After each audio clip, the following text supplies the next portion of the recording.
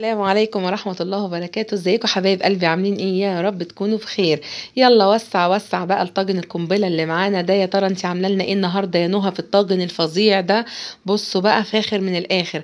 النهارده كده احنا عاملين طاجن مكرونة بالبشاميل، بس ايه بقى؟ بالسجق. دي وصفة روعة حقيقة، انا شفتها بقى على قناة واحدة حبيبتي صاحبتي كده، قناة ام سيف. دي قناة برضو من اجمل القنوات فعجبتني جدا. هي اسكندرانية بقى، وانتوا عارفين بقى الاسكندرانية اجمل الوصفات عندهم، فقلت اقوم اجربها بسرعة. زي ما انت شايفة بقى الجمال كده، والتكات والتركات والحركات معايا هنا وهنا. برضو هوريكم في الفيديو ده حاجة كده، يعني فكرة من افكار اعادة التدوير. بس هتعجبك قوي. يلا بينا بقى. البسي الجوانتي بتاعك كده يا قمراية، او لو انت بقى غاسلة ايدك طبعا ايدك زي الفل. هاتي بقى البلانشة بتاعتنا وتعالي نشوف المكونات. هتاخدي معاكي كيس مكرونة اي نوع انت بتحبيه، بس حقيقة انا بحب قوي النوع اللي انتوا شايفينه ده.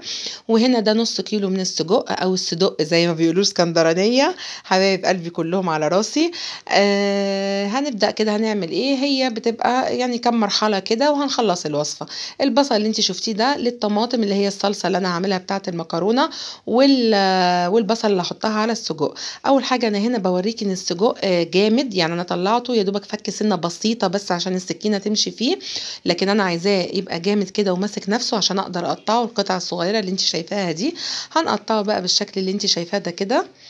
ولو انت وصلتي معايا لهنا في الفيديو ما تنسيش بقى تحطي اللايك. ولو انت لسه ما اشتركتيش او ما تعرفيش قناتي، احب اعرفك بنفسي. انا نهى من قناه من ايد نهى، قناه متنوعه دايما فيها كل جديد. هتلاقي فيها فلوجات، خروجات، جولات، وصفات ووصفات منقوله وحاجات هتحبيها جدا. وصدقيني القناه ان شاء الله هتعجبك. ويا رب كده لو عندك اي افكار جديده او ملحوظات تكتبها لي في التعليقات، وانا تحت امرك يا ست الكل. زي ما انت شايفه كده السجق انا بقطعه معاكي كده قطع صغيره.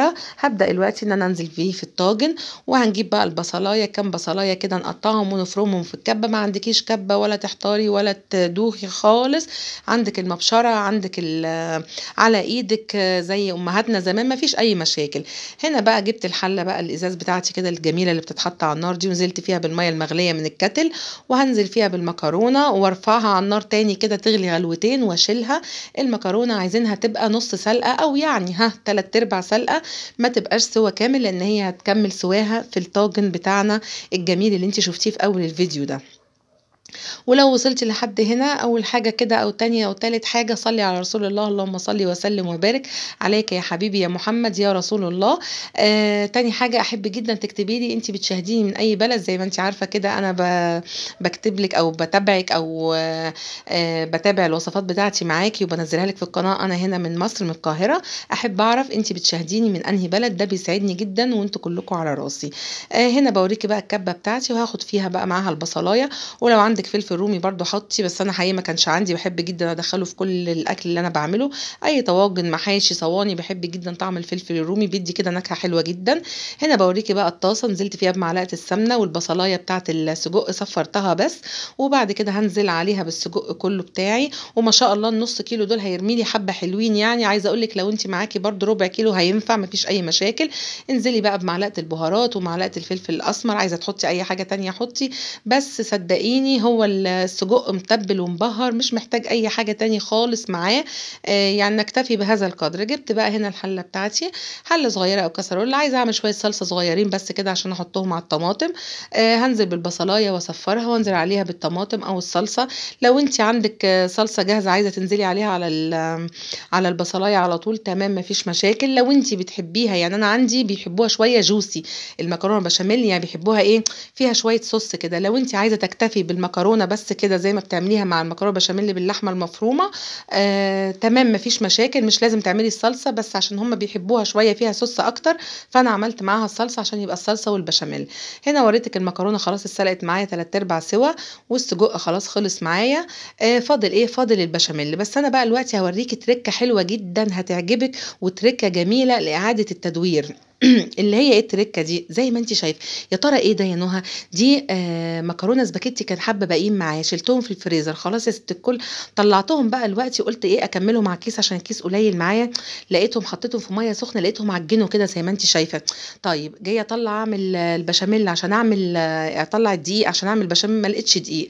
طب والله ما انا ساكته، هو انا هسكت؟ لا مش هسكت. قمت عامله ايه، قمت مصفيه المكرونه دي، وقمت زي ما انت شايفه كده ضربها في الكبه. بقت احلى خليط دقيق معايا، مش عايزه اقول لك البشاميل اللي طالع والله العظيم اقسم بربي جنان جنان، احلى من الدقيق ب 100 مره. اصل انا عايزه اقول لك حاجه، هي المكرونه دي في الاول وفي الاخر ايه، ما هي دقيق. طب انا ارميها؟ هي جميله ونضيفه وما فيهاش اي حاجه اكتر من الميه السخنه خليتها عجنت مع بعض شويه. لا مش هرميها. واللي خلاني صراحه جت الفكره دي في دماغي ان انا ما لقيتش عندي دقيق، بس صدقيني دي فكره حلوه جدا لاعاده التدوير، يا ريت تجربيها وتقولي لي ايه رايك فيها. هنا بقى خلاص هبدا ان انا اطبق بقى الطاجن بتاعي. جبت بقى المكرونه، حطيت عليها الصلصه كده، وهنزل عليها بشويه بشاميل، بس شويه ما اعمل البشاميل الاول. اهو زي ما انت شايفه كده، ده اللبن بقى حط عليه فلفل اسمر، وعايزه تحطي اي بهار حطي، تنزلي بالمرق. وهنزل بقى بالخليط بتاع الايه المكرونه المطحونه او المفرومه اللي انا عملتها دي، والله العظيم روعه. بس انا عايزه اقول لك وانا بعملها ما رضيتش اوريها لهم لحسن ايه ما يحبوش ياكلوها او يخافوا منها، بس عايزه اقول لك لا بانت ولا حد عرفها خالص، وطلع طعمها روعه، احلى بشاميل اللي كلته في حياتي. وبصي بقى البشاميل نصيحه مني، اما تيجي تعملي البشاميل اللحمه المفرومه يعني سواء مكرونه بشاميل او اي بشاميل اللي بتعمليه، ما تخليهوش جامد عشان هو بعد شويه بيجمد اكتر من ان انت كنت عاملاه، فخليه سايل شويه. هنا بقى جبت الطاجن بتاعي والبرام بتاعي، دهنته بحته زبده كده عشان ابطن كل الارضيه من تحت كده عشان ما فيش حاجه تلزق برده. والحمد لله طلع زي الفل، ما فيش حاجه لزقت خالص معايا. وهبدا بقى ان انا احط ايه، زي ما انتم عارفين طبعا اللي متابعيني عارفين ان انا مش بحب اعمل مكرونه بشاميل طبقات، يعني انا بحب احط كل الطبقه بتاعه المكرونه تحت وعليها الحشوه ايا كان بقى، بتحشي فراخ عشان نجرسكو، او بتحشي لحمه مفرومه، او بتحشي سجق، طبقه اللحمه التانية دي، وبعد كده البشاميل يغطي الكل. دي اللي انا بحب اعمله صراحه، ودي طريقتي هتشوفيها دلوقتي معايا. وبرده هوريكي في اخر الفيديو فكره روعه عشان الوش بتاعنا لما نيجي نغطيه. جاي افتح الفريزر، كنت فاكره عندي موتزاريلا ما لقيتش موتزاريلا. طب اسمها استني، موتزاريلا، ايوه كده. طب اسكت؟ لا ما اسكتش. قمت عامله ايه بقى، قمت جايبه قطعه جبنه قريش وبضايه ومعلقه زبده، وقمت خلطه كل ده في الكبه على حبه بشاميل اللي متبقي عندي، قمت حطها على الوش. واديكي شايفه الوش طلع معايا حكايه والله، ما عايزه اقول لك على جماله ولا على طعمه وروعته. وكمان انا ما قطعتلكيش يعني في الفيديو، لكن لما تشوفي القطعه كده متقطعه وبتاكلي منها وبتشد، حاجه خيال يا جدعان والله العظيم. نهى دي عليها افكار يعني صدقوني، مش يعني من الاخر والله بجيب من الاخر. اهو زي ما انت شايفه كده. هوريكي بقى الفكره التانية لاعاده التدوير، او لو افكار جديده هتنفعك في مطبخك. لو ما عندكيش جبنه موتزاريلا او شيدر او اي حاجه تتحط على الوش، هاتي بقى الكبه، وزي ما انت شايفه كده هتشوفي معايا بيضايه على حته جبنه قريش على معلقه زبده، وكل ده تك تك في الكبه وعلى الوش، وتاكلي احلى طاجن قنبله مكرونه بالسجق. شابوه بجد. يا ريت بقى وصل معايا الفيديو لغايه هنا، ما تنسيش بقى الشير واللايك والكومنتس والحاجات الجميله التشجيعيه بتاعتكم دي، المحفزه اللي بتحفزني دايما اكمل واقدم لكم احلى المحتويات عندي. لو عندك اي افكار اكتبيها لي. عايزه اقول لك جربيها بالطريقه دي هتعجبك جدا. اعملي فكره المكرونه دي اللي هي بدل الدقيق برده هتعجبك جدا. عايزه اقول لك بحبكم في الله.